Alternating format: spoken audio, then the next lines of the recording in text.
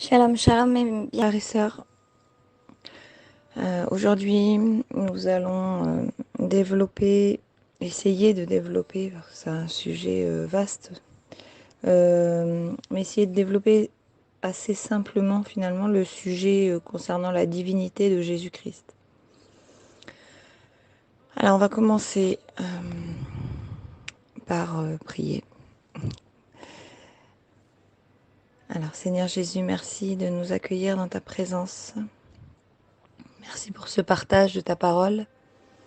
Nous sommes encore et toujours à tes pieds, Seigneur, pour boire ton eau vive et pour que tu rallumes les feux que tu as placés dans nos cœurs au début. Pour tous ceux qui ont besoin d'être réchauffés, Seigneur, nous sommes là à écouter ce que tu as à nous dire. Aide-nous, Seigneur, à garder nos lampes allumées, à te connaître pour toujours plus être conforme à ta volonté et être puissant dans la prière. Aide-nous à prendre possession de tout ce que tu nous as légué, Seigneur Jésus, et à prendre conscience de notre identité en toi. Voilà, Seigneur, nous sommes là pour te rendre gloire encore aujourd'hui. Et nous voulons te remercier pour ta grâce. Nous te louons, Seigneur. Que ton nom soit béni. Nous te prions dans le nom de Jésus. Amen.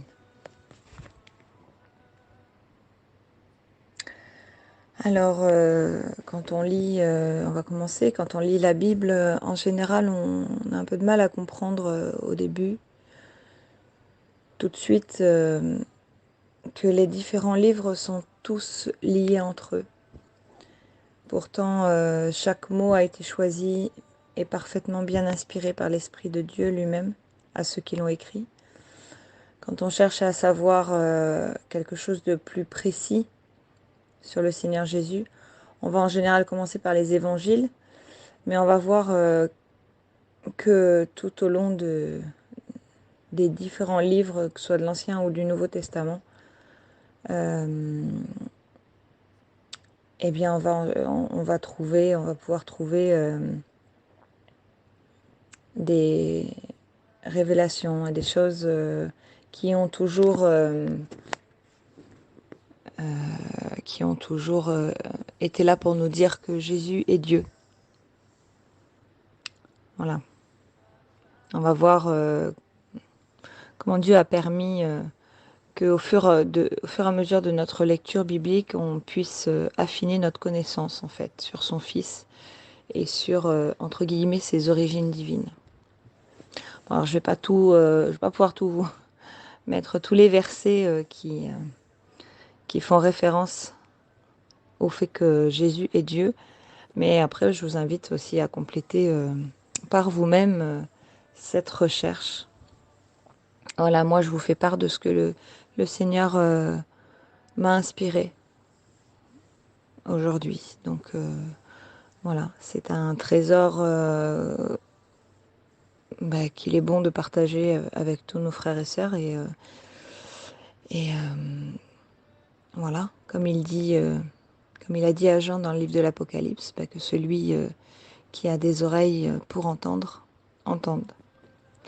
Voilà, donc moi je commencerai par un verset, justement. Quand on commence en général par les évangiles, on commence par Matthieu. Bon, moi j'aime bien commencer par Jean aussi, parce que je trouve que Jean est...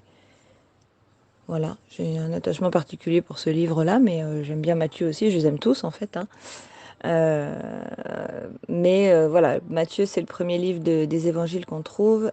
Alors on nous dit au chapitre 1 au verset 23, « Voici la Vierge sera enceinte, elle enfantera un fils, et on lui donnera le nom d'Emmanuel, ce qui signifie Dieu avec nous. » Alors déjà, quand on dit Dieu avec nous, ça peut supposer plein de choses, mais quand c'est précédé par la phrase « Elle enfantera un fils qui s'appellera Dieu avec nous », ben, ça veut dire que ce fils-là, il sera au milieu de nous.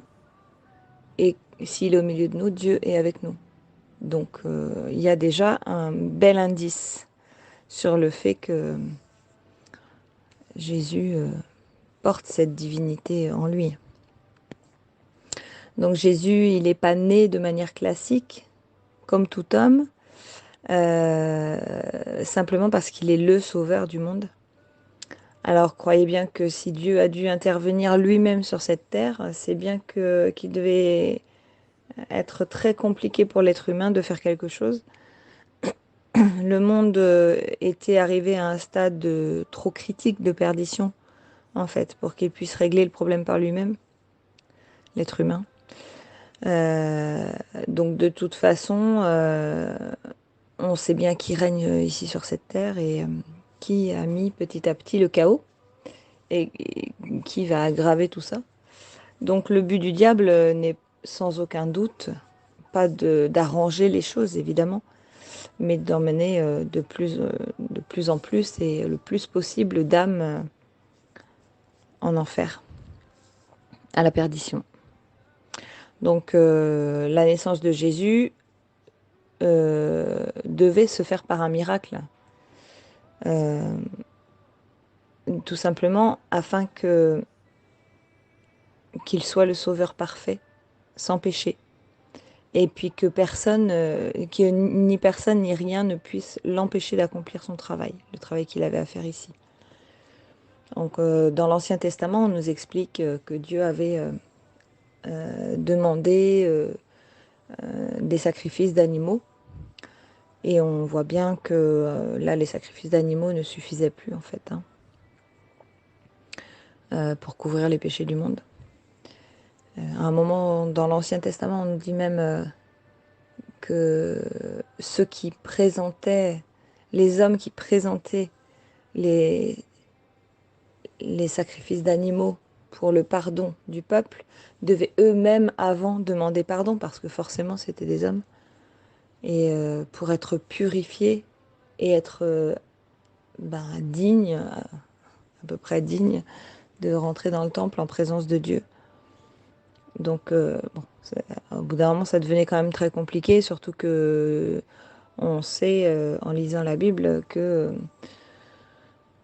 il y avait quand même beaucoup de religieux chez les Hébreux et qui respectaient pas forcément les véritables lois de Dieu. Ils avaient un peu détourné tout ça et donc les pharisiens, entre autres, étaient quand même arrivés à un point de haine qui plaisait pas à Dieu, quoi. Et d'imperfection, en tout cas. Donc, il a fallu que Dieu envoie son agneau parfait, son agneau divin. Alors, dans Jean 1, au verset 29, on nous dit « Voici l'agneau de Dieu qui ôte le péché du monde. » Voilà, donc, qui peut éradiquer le péché si ce n'est Dieu lui-même qui a ce pouvoir-là, en fin de compte, à part Dieu. Donc Jésus, conçu par l'Esprit de Dieu dans le ventre de Marie, est né comme un homme, mais a été formé par la grâce du Saint-Esprit. Voilà. Et donc je fais une petite parenthèse, frères et sœurs, simplement parce que je me suis posé une question. Croyons-nous ce que nous lisons, ou lisons-nous simplement la Bible comme n'importe quel livre? Alors, on voit là, dans le verset qu'on a lu précédemment, par rapport à la naissance de Jésus, que Marie était vierge et elle n'avait pas connaissance que son corps était en train de concevoir un enfant. Donc, il est clair que nous avons un bel exemple de ce que peut faire Dieu dans un corps humain. Quand sa grâce se dépose, elle a dit elle-même hein, que c'était une femme bénie, une servante comme n'importe quelle autre servante. Et donc quand Dieu pose sa grâce sur un corps d'homme ou de femme, rien ne peut empêcher une guérison, hein, ou un changement, ou une restauration, quelle qu'elle soit. Donc, croyez bien, mes frères et sœurs, que dans votre corps, mesdames, sur lequel a peut-être été posé un diagnostic de stérilité, ou sur vos corps, messieurs, sur lequel a été posé un diagnostic de cancer, ou de non-guérison peut-être, après, je ne sais pas, une fracture, ou je sais quoi d'autre. Peu importe, en réalité, parce que si on me demandait, moi, un seul verset qui parle de restauration et de guérison divine, je citerais celui-ci. Voici, la Vierge sera enceinte, elle enfantera un fils. Et c'est l'Esprit de Dieu qui a permis ça. C'est pas n'importe quelle vierge, une femme vierge, etc. C'est simplement, ça fait référence au fait que ce corps qui n'avait pas pratiqué, entre guillemets, l'enfantement ni l'acte sexuel avant, bah, a pu enfanter ce qui paraissait incroyable et impossible, ce qui l'est en réalité, à l'être humain, parce que si une femme n'a aucun rapport sexuel, a priori, il y a peu de chances qu'elle tombe enceinte. Mais ce qui est impossible à l'homme est possible à Dieu. Donc tout est basé sur la foi, en fin de compte. Voilà. Et la Bible n'est pas seulement un ensemble d'histoires ou de récits qui se sont passés il y a bien longtemps, de belles histoires qu'on peut lire quand on n'arrive pas à dormir, hein. Ce livre est unique et ce qu'on y trouve est une parole, tout ce qu'il y a de plus vivante, une parole vivante. D'ailleurs, il y a des versions de la Bible qui s'appellent je sais plus comment, la version parole vivante, bah, je crois, hein, c'est ça. Donc, moi, j'ai envie de vous dire, il est temps de croire que ce que vous lisez dedans est vrai et que c'est disponible pour vous. Parce que Dieu n'a pas de début ni de fin. Et ce qu'il a fait depuis des siècles, il le fait encore pour toute personne qui croit et qui le demande. Voilà. Donc, c'est c'est ouvert à tout le monde. La Bible, elle dit que tant que Dieu se laisse trouver, cherchez-le. Cherchez-le. Peu importe ce qu'on vous a dit, peu importe votre situation. Et ça, c'est un bel encouragement pour des gens qui pensent avoir tout perdu ou pour lesquels il n'y a plus d'espoir. Au contraire, Jésus nous apporte un espoir que les gens du monde ne peuvent pas saisir, en fait.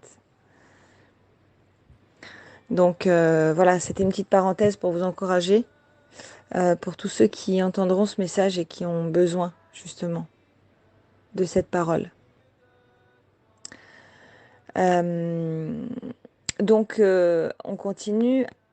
On a vu que petit à petit, là, on nous démontre que Dieu a envoyé donc celui qu'il appelle son fils, et que c'est ça. Là, on commence à voir que c'est bien plus qu'un homme qui est venu, mais c'est Dieu lui-même, puisque on l'appelle Emmanuel, et Emmanuel, c'est Dieu avec nous. Alors dans Ésaïe chapitre 9 au verset 6, on nous dit « Car un enfant nous est né, un fils nous est donné, et la domination reposera sur son épaule. On l'appellera admirable, conseiller, Dieu puissant, Père éternel, prince de la paix. » Et Ésaïe, il a écrit cette prophétie au 7e siècle avant Jésus-Christ, hein, quand même. Hein. 7 siècles avant la naissance de Jésus. Je ne sais pas si on s'imagine, mais donc si ça ne nous convainc pas, bah c'est pas grave, moi j'en ai d'autres. Alors Michée, chapitre 5, versets 2 et 3. Entre parenthèses, Michée, il a vécu au 8e siècle avant Jésus-Christ, donc un siècle après Ésaïe, quoi. Il nous dit Chapitre 5, versets 2 et 3. Et toi, Bethléem, Ephrata, petite, petite, entre les milliers de Juda, de toi sortira pour moi celui qui dominera sur Israël et dont l'origine remonte aux temps anciens, au jour de l'éternité. C'est pourquoi il les livrera jusqu'au temps où enfantera celle qui doit enfanter. Et le reste de ses frères reviendra auprès des enfants d'Israël. J'aime bien le verset 2 parce qu'il dit sortira de toi pour moi celui qui dominera sur Israël. Pour moi, comme pour tout autre homme qui le reconnaîtra en fait. Il disait pour moi parce que voilà, lui il savait. Et il savait que probablement il ne le verrait pas. Mais, mais que voilà, un jour il aurait part à la résurrection grâce à lui. Donc c'est chouette. C'est magnifique en fait. Donc voilà, là on voit bien que plusieurs siècles avant, l'Esprit de Dieu a poussé certains hommes à prophétiser justement sur, sur la venue de Jésus et sur qui il est. Ésaïe, il a dit, hein, on l'appellera Dieu puissant, bon, prince de la paix, etc. Si on l'appelle Dieu puissant, bah, c'est qu'il est Dieu, quoi. Hein. Enfin, je sais pas, mais bon, après, j'ai encore d'autres choses sous le coude, donc je vais vous démontrer encore, euh, par plusieurs moyens, que Jésus est Dieu. Alors en fait, la première chose que Dieu a implantée sur la terre, c'est la lumière. C'est pas l'homme, c'est pas les bêtes de la mer, c'est pas tout un tas d'autres choses, mais c'est la lumière. Dans Genèse chapitre 1, au verset 2 directement, hein, on nous dit jusqu'au verset 4, la terre était informe et vide, il y avait des ténèbres à la surface de l'abîme, et l'Esprit de Dieu se mouvait au-dessus des eaux. Dieu dit que la lumière soit, et la lumière fut. Dieu vit que la lumière était bonne, et Dieu sépara la lumière d'avec les ténèbres. Ben en fait, voilà, hein, l'Esprit de Dieu était là. Il est partout, en fait. Il se mouvait au-dessus des eaux. C'est simplement que, voilà, il n'y avait rien à part l'Esprit de Dieu qui pouvait... c'était informe et vide. Il y avait les ténèbres. Donc lui, la première chose qu'il a fait pour chasser les ténèbres, il a mis la lumière. Puisqu'on sait très bien que quand on allume une lampe, il n'y a plus de ténèbres, il n'y a plus de noir. Voilà. Donc là où il y a Jésus, il ne peut pas y avoir de ténèbres. Là où il y a la vie, puisque lui, il est la vie, il ne peut pas y avoir la mort. Donc voilà. Et lorsque Jésus est venu pour se présenter au peuple d'Israël, une des premières choses qu'il leur a dit, c'est « Je suis la lumière du monde. Celui qui me suit ne marchera pas dans les ténèbres, mais il aura la lumière de la vie. » Voilà. Jean 8 au verset 12. Donc quand on prend le livre de Jean, il commence par « Au commencement était la parole, et la parole était avec Dieu, et la parole était Dieu.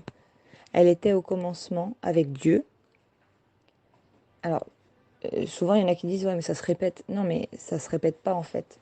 C'est pour bien comprendre quelle était la place au départ de Jésus. C'est-à-dire qu'il était au commencement, puisqu'il est la parole en fait. Hein, il a dit nourrissez-vous de moi, mangez ce corps. Voilà, cette parole-là, c'est une manne en fait, c'est une nourriture pour nos esprits. Donc en fait, il est la parole.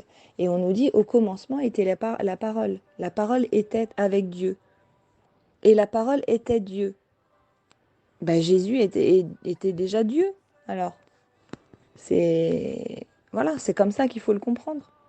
Elle était au commencement avec Dieu. Voilà, toutes choses ont été faites par elle.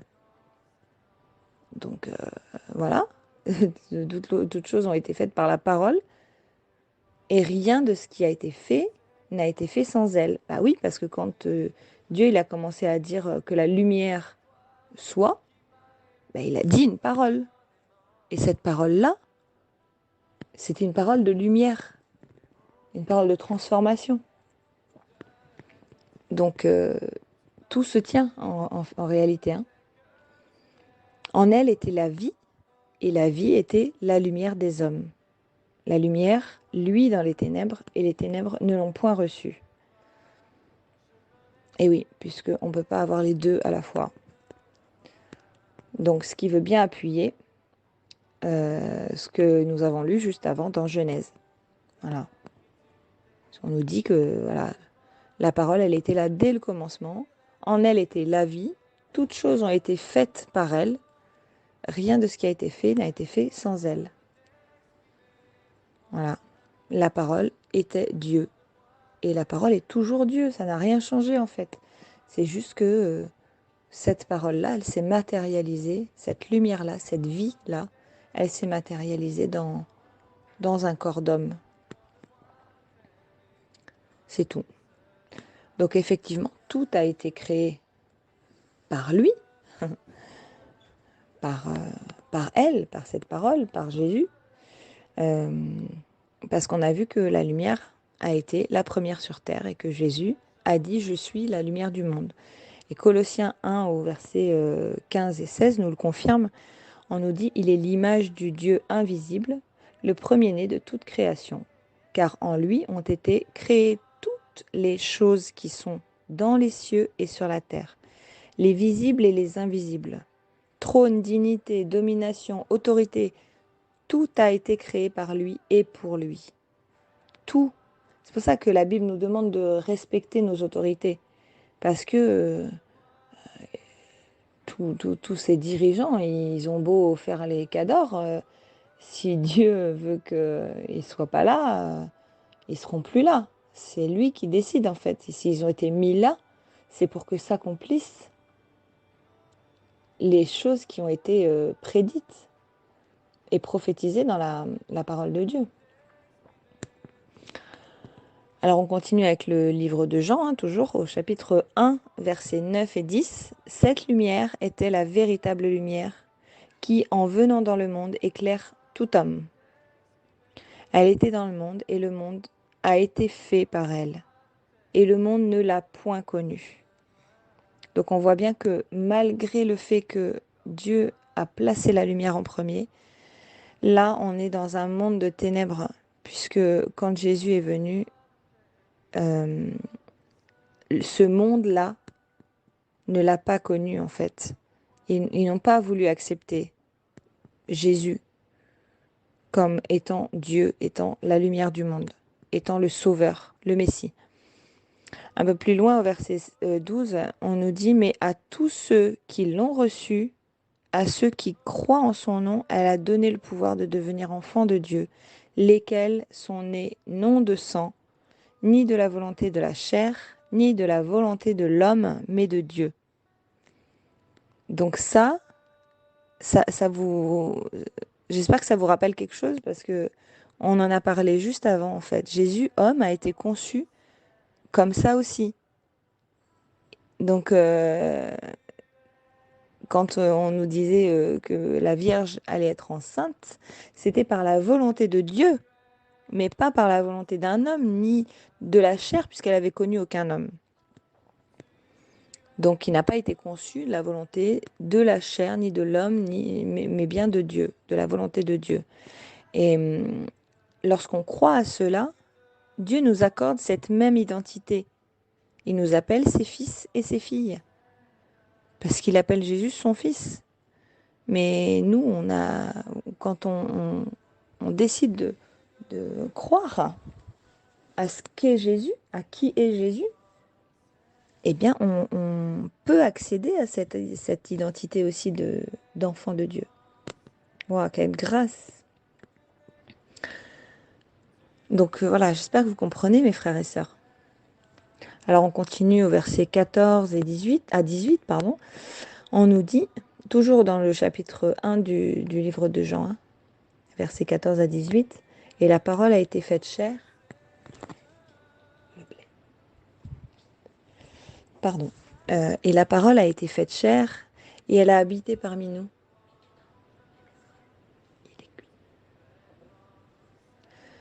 Pleine de grâce et de vérité. Et nous avons contemplé sa gloire, une gloire comme la gloire du Fils unique venu du Père. Jean lui a rendu témoignage et s'est écrié « C'est celui dont j'ai dit, celui qui vient après moi, m'a précédé, car il était avant moi. » Jean-Baptiste, hein. Et on parle de Jean-Baptiste.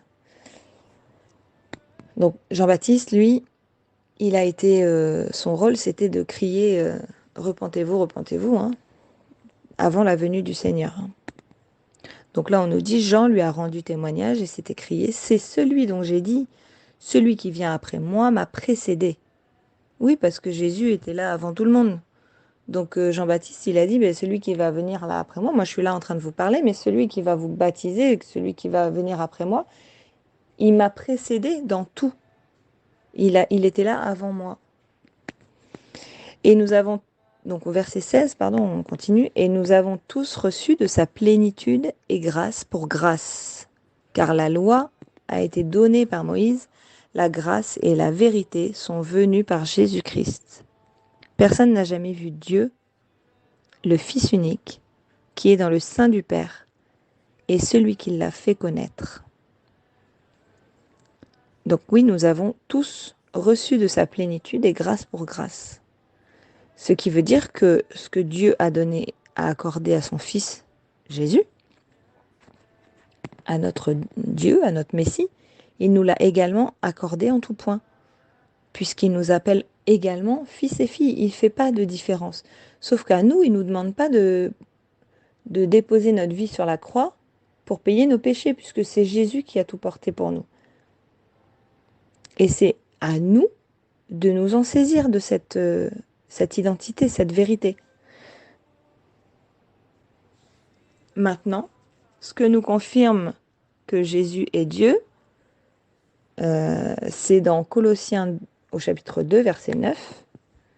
On nous dit « Car en lui habite corporellement toute la plénitude de la divinité. » La plénitude, c'est-à-dire que Jésus, en lui, c'est la divinité entière. Dans plénitude, c'est plein. C'est la divinité entière de Dieu qui habite en lui. Voilà. Donc, Jésus-Christ est, comme on dit souvent, comme on l'entend dire souvent, 100% homme et 100% Dieu. Voilà, c'est Dieu dans un corps de chair. Alors que avant d'être né par le sein de Marie, sa mère, Jésus était esprit, puisqu'il était aux cieux.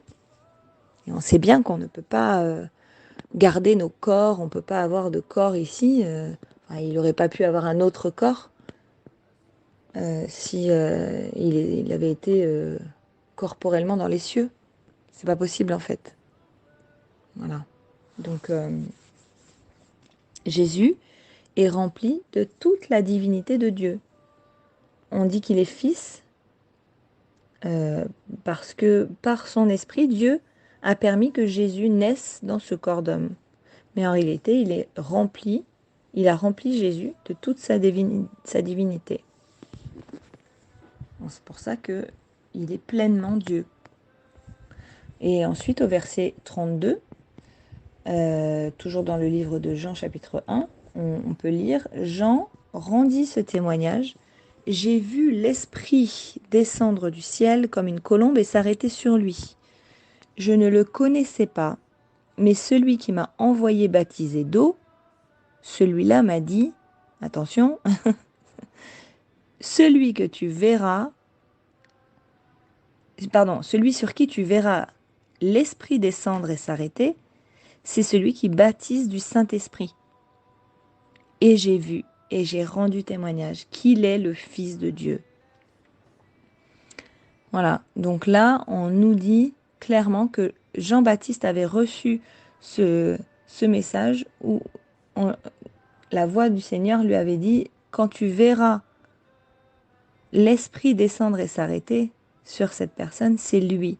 Tu sauras que c'est lui qui baptise du Saint-Esprit. C'est cet homme-là.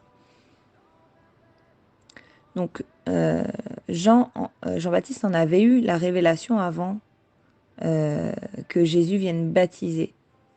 Voilà, c'est pour ça que Jésus, avant de pouvoir entamer son ministère, il avait besoin de se faire baptiser par Jean-Baptiste. Puisque là, en fait, Jean-Baptiste, il était là, lui, pour amener les gens à la repentance. Et on sait bien qu'on ne peut pas s'approcher de Dieu sans s'être repenti. Voilà. Donc, mes amis, c'est simple. Croyez au Seigneur Jésus, obéissez-lui, aimez-le, et il vous baptisera du Saint-Esprit. C'est comme ça qu'on reçoit le Saint-Esprit. Souvent, je vois des questions, cette question-là passer sur le groupe. Comment on sait qu'on a reçu le Saint-Esprit? Eh bien, moi, je ne crois pas une seconde qu'il faille tout un tas de rituels, puisque c'est pas du tout ce que vient de nous dire la Bible, hein. Euh, donc, à celui qui y croit, il lui sera donné le Saint-Esprit, puisque Jésus est venu pour baptiser du Saint-Esprit. Voilà. Jean, il vient de nous en rendre le témoignage, en fait. Lui, il était vraiment là pour préparer la venue de Christ, qui devait accomplir son ministère de guérison, de baptême du Saint-Esprit, etc. Et lui, il criait « Repentez-vous, repentez-vous ». Mais une fois que Jean, il avait accompagné les gens dans ce baptême de repentance, Jésus, par la suite, il pouvait baptiser du Saint-Esprit. Donc, on voit là la nécessité vraiment de se repentir d'abord pour s'approcher de la grâce de Dieu, parce qu'on ne peut pas s'approcher de Dieu tant qu'on n'a pas un cœur rempli d'humilité, pardon, mauvais jeu de mots.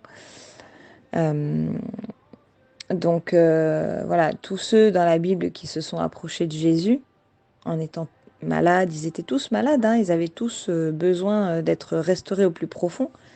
Ils ont tous reconnu qu'ils avaient besoin de la puissance de guérison que Jésus portait, en fait. Ils avaient tous vu ce que certains ne voulaient ou ne pouvaient pas voir à travers Jésus. Et donc, en reconnaissant qu'ils avaient besoin de lui et qu'il était leur seul espoir, ils ont cru en lui. Ils croyaient sincèrement que, voilà, leur seule chance, entre guillemets, c'était pas une chance, c'était leur seul privilège qu'ils pouvaient obtenir, c'était par lui. Donc Dieu leur a accordé parce que, voilà, la Bible dit, Dieu fait grâce aux humbles, mais il résiste aux orgueilleux. Et Dieu n'a jamais refusé à qui que ce soit cette grâce, n'importe quelle grâce en fait. C'est la grâce de la guérison ou de tout ce qu'on peut lui demander. On a plusieurs exemples dans la Bible, je ne vais pas forcément détailler, mais le premier miracle que Jésus il a fait, par exemple, aux noces de Cana, il a dit à Marie, quand sa mère est venue lui dire il n'y a plus de vin, fais quelque chose s'il te plaît. Il a dit mon temps n'est pas venu, mais il a fait quand même. Voilà, il a fait quand même. Pour montrer aussi la grandeur d'âme qu'il avait, quoi, qu'il portait. Et il y a aussi la Cananéenne qui est venue vers lui pour lui demander la guérison de sa fille. Mais c'était une Cananéenne, elle n'était pas juive. Et il lui a dit, mais je ne suis pas là pour les nations, en fait. Je ne suis pas là pour vous. Je dois d'abord accomplir auprès de mon peuple. Mais comme elle lui a dit, mais tu sais, les petits chiens, ils peuvent manger les miettes qu'on leur laisse. Elle voulait se contenter de tellement peu. Voilà. Et il a vu la foi qu'elle avait, en fait. Donc il lui a accordé la guérison de sa fille. Dieu ne refuse jamais quand on s'approche de lui humblement et peu importe, il ne regarde pas à notre visage, notre aspect extérieur. Lui, il voit notre cœur en fait. Donc c'est pour ça que quelquefois, quand on s'approche de lui en faisant tout un tas de prières et en lui demandant tout un tas de choses, bah, déjà il sait ce dont on a besoin. Donc, il ne va pas nous accorder certaines choses, soit tout de suite, soit pas du tout d'ailleurs, parce que c'est lui qui décide et c'est lui qui sait si on en a réellement besoin ou pas.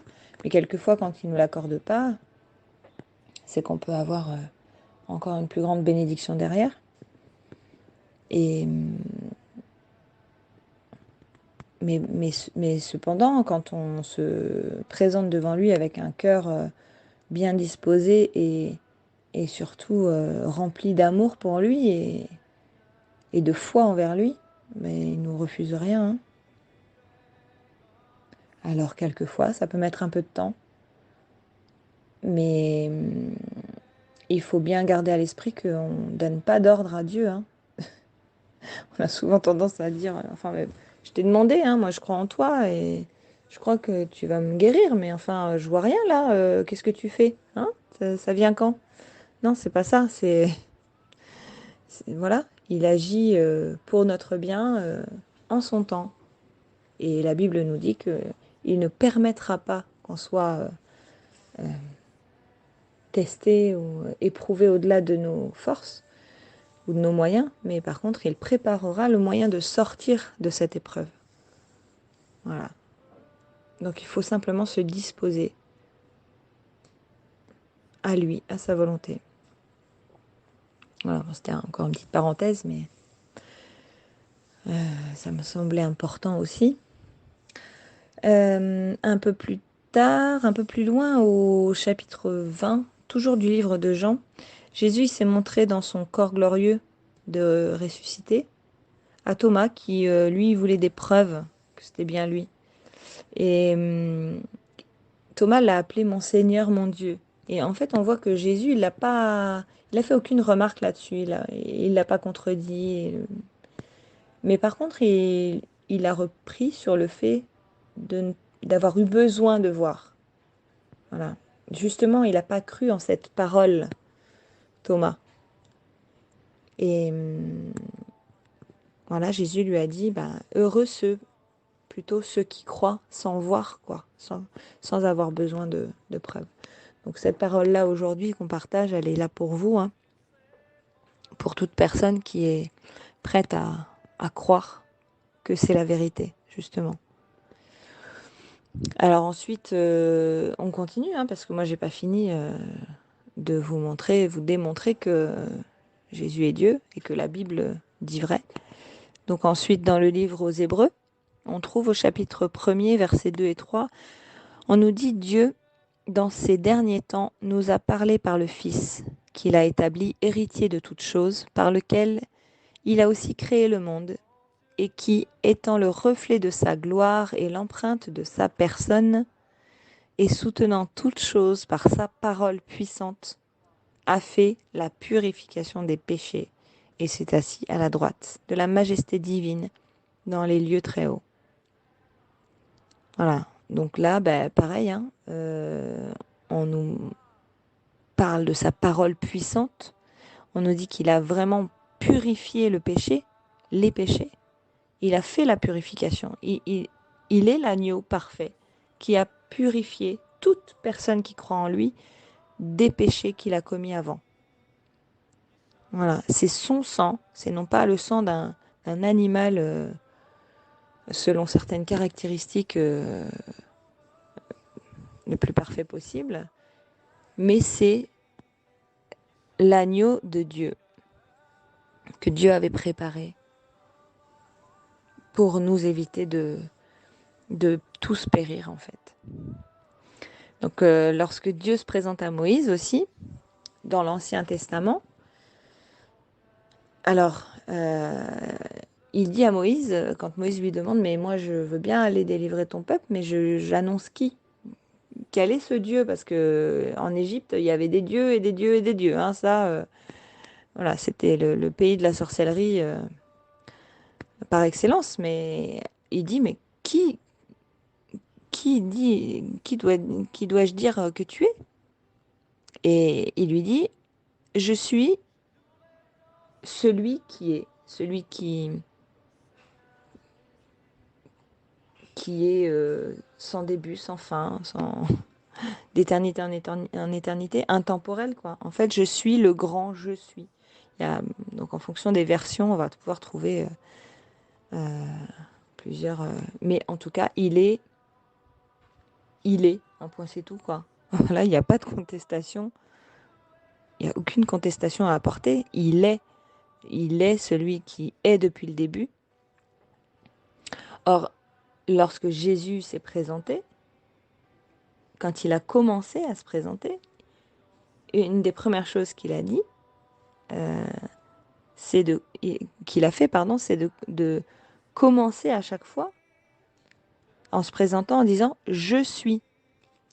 Alors on peut penser que c'est anodin, mais pas du tout en fait, parce que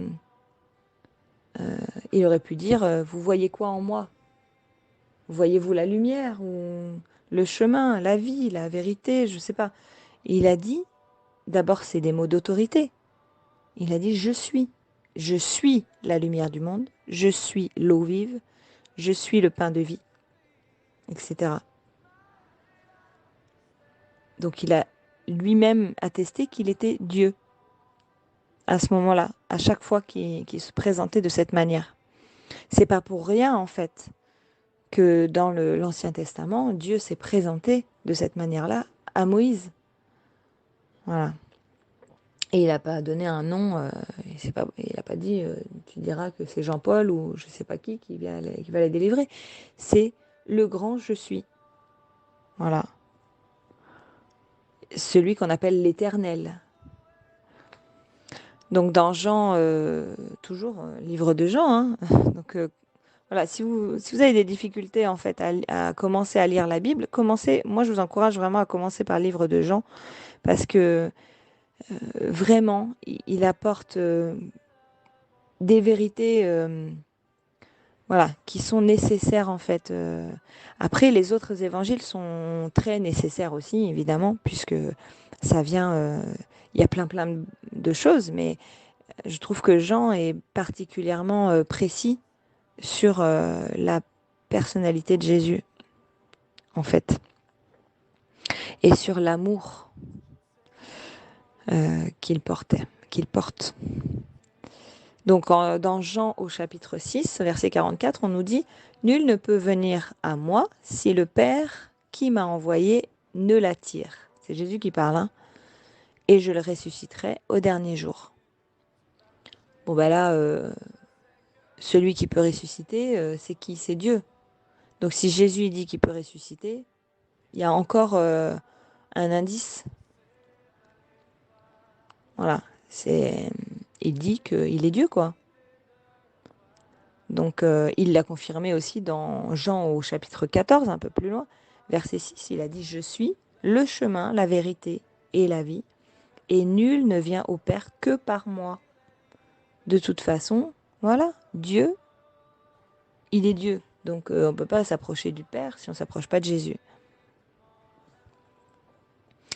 Donc, on va bientôt finir, parce que je ne vais pas pouvoir vous écumer toute la Bible, ça serait beaucoup trop long. On est déjà presque à 3/4 d'heure. Mais là, on va terminer, en fait, justement, en faisant le rapprochement avec le livre de l'Apocalypse. Je vais vous les citer, je ne vais pas tous les lire, mais dans le livre de l'Apocalypse, on trouve au moins 4 fois, 4 versets dans des chapitres différents ou pas, dans lesquels Jésus parle à Jean et il lui dit qu'il est Dieu. Je vous cite le premier déjà, Apocalypse chapitre 1 verset 8. « Je suis l'alpha et l'oméga, dit le Seigneur Dieu, celui qui est, qui était et qui vient, le Tout-Puissant. » On retrouve ces mots-là dans Apocalypse, toujours le chapitre 1, mais versets 17-18.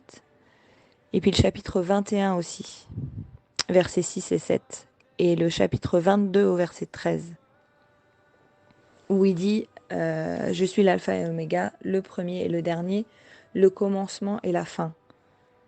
Voilà, donc en fait, il n'a pas de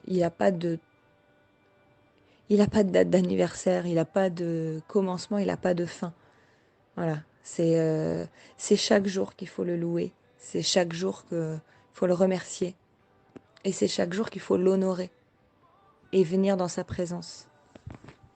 On a besoin de cette nourriture quotidienne. Et je voulais juste revenir sur entre guillemets, la formule. J'aime pas trop ce mot-là, mais la partie où il dit à Jean, je suis celui qui est, qui était et qui vient. Il n'y a pas d'erreur en fait. Il y en a plein qui disent que ça a été mal traduit. On ne dit pas qui est dans le présent, ensuite le passé et le futur.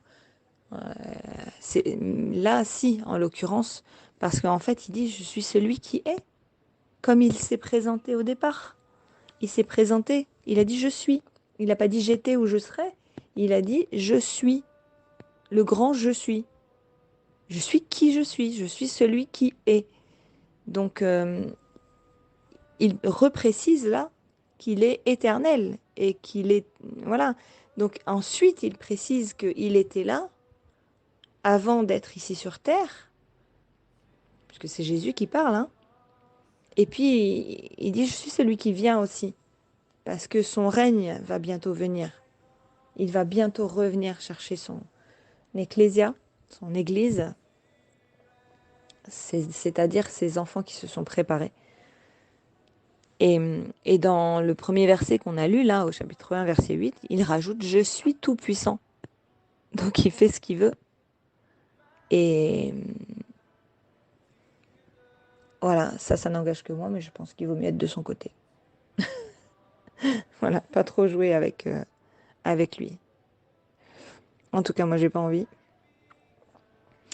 Donc voilà, donc ça c'est le dernier livre de la Bible qui nous montre bien que voilà, il précise en fait tout ça. Et dans ce dernier livre, il y a quand même plusieurs fois où il redit à Jean, il lui fait plusieurs piqûres de rappel. Et voilà. Et donc j'avais encore deux versets que je voulais vous citer, mais cette fois dans l'Ancien Testament, dans le livre d'Ésaïe. Si vous avez l'occasion, franchement, le livre d'Ésaïe, il est extrêmement riche aussi. Il est riche de plein de prophéties, qui s'appliquent pour notre temps. Il est riche de plein de choses où il parle plein d'éléments en fait qui nous sont donnés par rapport à Jésus.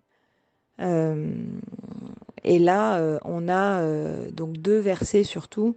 Il y en a plein d'autres, hein, mais je ne peux pas tous les citer encore une fois. Mais Ésaïe 44 au verset 6, il nous est dit « Ainsi parle l'Éternel, roi d'Israël, et son Rédempteur, l'Éternel des armées. Je suis le premier et je suis le dernier. Et hors moi, il n'y a point de Dieu. » Ensuite, Ésaïe 48 au verset 12 nous dit « Écoute-moi, Jacob, et toi, Israël, que j'ai appelé. C'est moi qui suis le premier, c'est moi aussi qui suis le dernier. » Donc il rappelle bien que de toute façon, quoi qu'il arrive, sa volonté sera faite. Voilà. Quoi qu'il arrive, il est tout puissant. C'est lui qui a tout créé, c'est lui qui connaît toutes choses. Donc pour finir, mes frères et sœurs, si vous aviez des doutes, écoutez et réécoutez ce message.